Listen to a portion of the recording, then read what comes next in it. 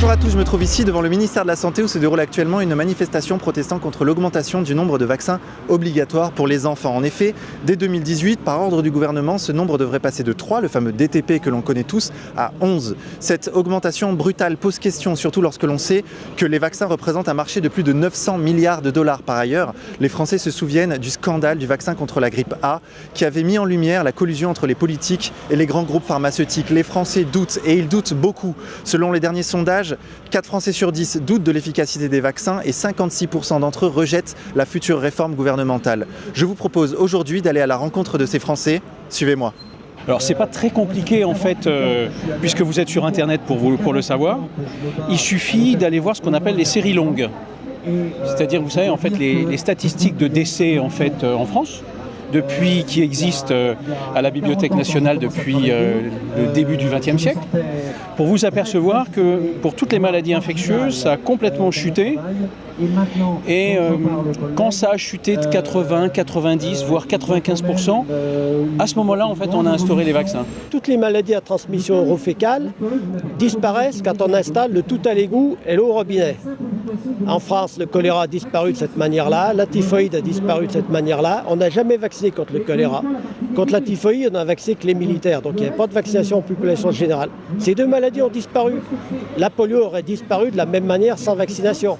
Mais là, on a fabriqué un vaccin et il fallait faire croire qu'on devait se vacciner parce qu'il y avait du vaccin à vendre, c'est tout. La démarche, elle est simple, c'est de mettre en avant la loi dite Kouchner. La loi dite Kouchner, l'article 1111-4 du Code de santé publique du 4 mars 2002 stipule très clairement qu'un citoyen a le droit de refuser ou d'accepter un acte médical, quel qu'il soit. Et son consentement peut être retiré à tout moment. J'ai appris il y a peu que quand certains laboratoires ont été rachetés par d'autres, avant ils avaient d'autres adjuvants qui étaient moins dangereux que les sels d'aluminium, et bon, histoire d'avoir des chaînes de fabrication plus simples, etc., histoire d'argent, on a supprimé ça. Je crois qu'il y a un truc, une nitrate de calcium ou je sais plus quoi, enfin je suis pas spécialiste. Mais bon, voilà, c'est ça, c'est tout ce qui tourne autour de la vaccination qui fait peur aux gens, et pas la vaccination en elle-même, me semble-t-il. Vous voulez dire que ça brasse trop d'argent pour être... Bien entendu. On se souvient de l'histoire de Roselyne Bachelot avec ses milliards de vaccins qu'elle doit sûrement avoir encore dans son armoire, dans l'armoire de sa chambre. Donc il y a une critique à formuler à l'égard des multinationales et de nos politiques, mais également, malheureusement, à l'égard des Français. Mais les Français aujourd'hui sont régis par la peur. C'est-à-dire qu'en tant que parent, quand vous arrivez chez un pédiatre, on vous dit mais si vous ne donnez pas telle vaccination à vos enfants, vous allez avoir tels effets si jamais ils contractent la maladie. Donc effectivement on se dit ah ben ouais, il y a une vaccination, je vais me vacciner, vaut mieux. Je suis vraiment triste de voir que les Français sont des gens qui croient à la télé encore, qui croient tout. Donc c'est des gros moutons. Les gens dans les autres pays se battent plus qu'ici. Moi j'ai des amis étrangers qui hallucinent devant les Français, qui ne comprennent pas pourquoi les Français ne se battent pas plus. Et eux ils se battent. Regardez en Allemagne ce qui se passe avec Hambourg, les gens ont du courage. Bon, si vous regardez BFM TV, il y a 200 pauvres policiers qui ont été tabassés par les manifestants. Les manifestants sont toujours les méchants. La télé, c'est tout le temps la même chose et les gens ne se rendent pas compte. Donc, bon, il faut ouvrir les yeux. Je ne sais pas comment dire, mais moi aussi, je suis déçue de mon pays, des gens de mon pays, mais il y a beaucoup de gens quand même ouverts, mais ça ne suffit pas. Je suis maman de 2 enfants, de 10 et 11 ans. Ma fille, quand elle a eu un vaccin, elle a eu des plaques au niveau du visage. Donc mon fils, il a aussi il a eu quand même pas mal de vaccins. Donc beaucoup de problèmes, des plaques, eczéma, souvent malade. Et il a eu un vaccin en juillet 2008 et en décembre 2008, donc 6 mois, voilà. Il a déclenché une anémie hémolytique auto-immune très grave. Donc il était à 4 d'hémoglobine seulement, donc j'ai failli le perdre. Donc après j'ai arrêté tous les vaccins parce que ça a un impact. Et depuis ça va mieux ? Alors du coup je me suis tournée vers les médecines alternatives. Donc j'ai rencontré un médecin généraliste micronutritionniste qui traite autrement. Et donc ça fait 8 ans qu'ils n'ont pas eu d'antibiotiques ni même de Doliprane, rien. Et donc ils sont beaucoup plus résistants. Je connais personnellement une famille dont l'enfant a été définitivement abîmé par des vaccinations. Et cet enfant ne peut plus vivre avec sa famille, il est en hôpital psychiatrique, il est même dangereux. Donc Est-ce qu'on voilà, est sûr que c'est dû à la vaccination? oui, ça a été vraiment immédiat. D'accord. Mais voilà, les faits sont là. Et moi-même, j'ai été vaccinée étant tout bébé de la variole et du BCG. Après, j'ai attrapé quand même la tuberculose, j'avais 4 ans. Donc je suis absolument contre l'obligation vaccinale. Alors monsieur, à visage découvert ou à visage couvert? La résistance contre la vaccination. Ah bah visage découvert, hein. Je pense qu'il faut montrer qu'on a le droit quand même de se décider si on doit vacciner ou pas vacciner. Moi visage découvert directement. Et vous iriez jusqu'où? J'irai jusqu'au bout. Nous, jusqu'à présent, on était... Voilà, les vaccins, pourquoi pas, en fait. Et tant que ça n'arrive pas à un proche ou à notre propre enfant, les réactions, on se dit, oui, bon, c'est des illuminés, ceux qui sont contre. Et en fait, quand ça arrive à notre propre enfant et que les médecins nient les choses, là, on se dit, il y a quand même un problème. Les médecins, ils ont une matinée de formation sur les vaccins. Ça ne dit rien du tout. Ils apprennent un calendrier vaccinal, point barre. Et comme ils n'ont pas d'esprit critique, parce que ça s'apprend pas sur les bancs des facultés, eh bien, ils y vont. Et ils ne sont pas responsables, puisque le responsable, c'est le ministère. Et puis, quand il y a des victimes, parce qu'il y en a des victimes, monsieur. Ça, ils se comptent par milliers. Le problème, c'est que nos services de pharmacovigilance ne fonctionnent pas.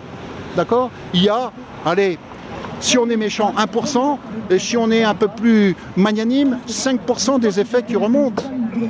Expliquez-moi, monsieur. Moi, j'aimerais qu'on aille gratter quand même. On était à un cas d'autisme sur 10 000 il y a 30 ans. Aujourd'hui, il y a 8 000 nouveaux cas d'autisme diagnostiqués chez les enfants. Il y a 780 000 naissances chez les enfants. Donc on est à plus de 1%, monsieur. Les vaccins, ça déplace le terrain vers les maladies à cancer, le terrain oxydé alcalin, qui est le terrain des maladies à cancer. Et à ce moment-là, on ne va pas faire, par exemple, la grippe ou mettons la diphtérie, tout ça, mais on va faire un cancer du col de l'utérus qui se développe de plus en plus parce qu'on vaccine de plus en plus, ou alors on va faire des maladies genre autisme, sclérose en plaques, diabète, enfin tout ça. On vous dit, il y a des regains de rougeole. Ah bon? Il y a des regains de rougeole, très bien. Combien? Alors, on vous ment sur les chiffres. On vous annonce 10 morts. Moi, je ne les ai pas trouvés, les 10 morts. Mais j'ai gratté un petit peu. Bah oui, sur les 10 morts, il y avait 7 qui avaient des immunodéficiences, comme par hasard. Et les 3 autres, ils étaient vaccinés. Les derniers rapports qui sortent entre l'état de santé des enfants vaccinés et non vaccinés, il n'y a pas photo. Dans les rhinites allergiques, par exemple, vous avez chez les vaccinés 50 fois plus de cas que chez les non vaccinés. Et ainsi de suite. Est-ce que vous iriez jusqu'à penser que les grands groupes pharmaceutiques seraient prêts même à propager des maladies pour ensuite vendre le vaccin? Tout à fait, oui. Parce que, comme j'ai entendu dire, on vit plus du cancer qu'on en meurt. C'est-à-dire qu'il y en a beaucoup plus qui en vivent, les laboratoires, avec leur traitement, que ceux qui meurent. Donc voilà, effectivement, je pense qu'on est dans un système économique plus que de vérité, plus que de santé, et que c'est vrai qu'on cherche le profit d'abord, et même plus on rentrera des gens malades, des gens de maladies chroniques, plus ce sera intéressant pour les laboratoires parce qu'ils auront des clients à vie, quoi, à soigner à vie. L'intérêt des grands groupes, c'est qu'il y ait des malades. Voilà, des malades et surtout chroniques. On a affaire à un lobby fantastique. Il faut savoir que les vaccins, c'est 42 milliards de chiffre d'affaires. C'est pas rien. Et ils veulent doubler le chiffre d'ici à 2025. Alors qu'il vient déjà d'être multiplié par 7 en 10 ans. On passe à des vaccins de 5-7 euros à des vaccins aujourd'hui qui coûtent 50, 89 ou 129. On y devant la masse par médias interposés parce qu'on n'approfondit pas les problèmes. Alors moi, je regrette. Moi, quand je suis sorti de la fac, je suis pharmacien, j'ai prêté serment de servir les intérêts de la santé publique. Et c'est mon rôle de dénoncer ce que je sais et de le porter à la connaissance d'un large public. C'est tout. Alors, ça va m'en coûter, ils vont me tomber dessus, c'est clair, mais maintenant, nous sommes plusieurs professionnels de santé à nous intéresser à la question. Nous allons faire un pool de comptes experts pour dénoncer tous les mensonges de tous ces experts véreux qui travaillent à la solde des laboratoires pharmaceutiques. Qu'est-ce qui se passe? Oh, rien, je discutais avec monsieur. Il est d'accord avec moi. Mais c'est un journaliste. Donc il ne peut pas donner son avis normalement. Là, c'est vrai. Non, je vous donne un avis comme ça. Voilà. Il est d'accord avec nous. Il ne faut pas faire vacciner les gamins. En tout cas, tant qu'on ne sait pas ce qu'on met dedans, quoi. C'est surtout ça. Plutôt que de vacciner les enfants, qu'est-ce qu'il faut faire? Il faut les allaiter, c'est tout. Voilà. Et c'est tout ce dont ils ont besoin, d'être allaités par leur maman. C'est la nature, les vaches font ça, tous les animaux mammifères font ça.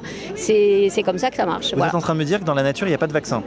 Ah ben non, bien sûr que non, il n'y a pas de vaccin. Et les animaux, ils savent très bien s'auto-guérir tout seuls, du moment qu'on n'y touche pas. Votre enfant est photogénique, en tout cas, c'est une fille.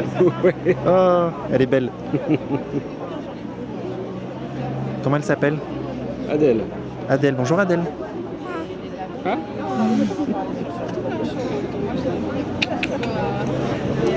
Bon bah écoutez, bonne journée à vous, bon samedi à vous. C'était une très belle interview. Je pense. Moi, à chaque fois que j'ai eu à les inscrire à l'école, au centre de loisirs, je vais voir le directeur, j'ai dit bon, ils ne sont pas vaccinés, leur père et moi, c'est un choix délibéré. Nous, on va au tribunal si vous voulez, mais là, après, que ce soit des toubibs, des directeurs d'école, de centre de loisirs, oh, vous avez raison, je crois. Hein. Et personne n'ose le dire, tout le monde se fait signer des passe-droits depuis des décennies. Mais est-ce que vous comptez trouver un médecin qui vous fera une fausse déclaration? Non, pas de fausse déclaration, comment moi vous allez vous y prendre jusqu'au bout. Bah, s'il faut que je fasse l'école à la maison, ça sera l'école à la maison. Vous allez assumer jusqu'au bout le fait de... J'assumerai jusqu'au bout. Parce que, honnêtement, faire un vaccin pour être tranquille ou faire un faux, c'est nier en fait ce qu'ils sont en train de nous faire. Ça serait même, ou faire le vaccin qui m'impose, ça serait prendre un risque pour mon enfant. Moi, mon enfant, j'ai eu la chance qu'il n'ait pas de séquelles. Mais si je fais ça à ma fille et qu'elle a des séquelles, je pourrais m'en prendre à qui? Mon enfant, sa vie, elle sera foutue. Ça sera pas eux qui vont assumer. Personne ne va assumer pour les dégâts que ça fait. Personne ne veut assumer. Donc moi, j'assume. Je ne les ferai pas. S'il faut que je fasse l'école à la maison, ça sera l'école à la maison. Il y a des enfants qui étudient à la maison, qui sont très intelligents et ils sont en très bonne santé.